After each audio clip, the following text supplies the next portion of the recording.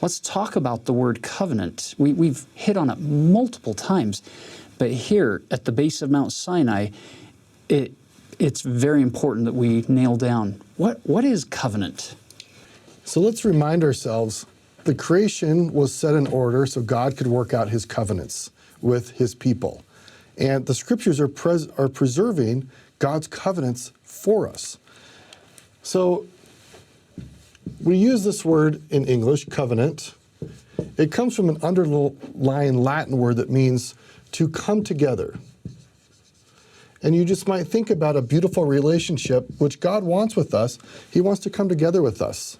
And a marriage relationship symbolizes this. We go to the temple, get married, and man and woman are brought together, and they're bound together by God, who wants to be bound to us. But if we go back to the original Hebrew, there's an interesting word here. I'm just going to write the transliteration. It's berith. And that word is significant in a couple of ways. Now, people often talk about how this means to cut, but the better word is actually cleave.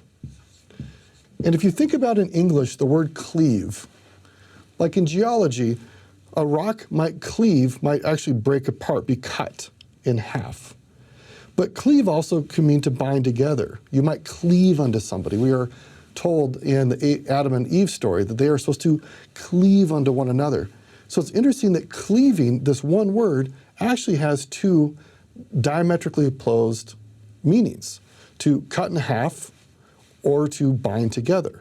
It turns out the ancient Hebrew word for covenant has the same meaning. So anciently, people would cut things, like in the Abraham story, Genesis 15, he cut animals in half. He cleaved them in half so that when God walked through the cut animals, it was a way for God to say he wanted to be eternally cleaved to Abraham and his posterity and all the families of the earth. And you get in the story of Captain Moroni, where he cleaves his garments in anguish that the people are not covenantally connected to God. And then the people come running together, and they want to cleave themselves into a commitment that they will protect the people and protect the land.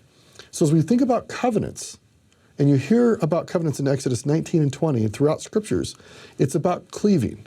And then there's also the underlying sense that we want to cleave together, be brought together with those that we love in these communities of bonded relationship. So that's what the word berith means in the underlying Hebrew. It means to cleave.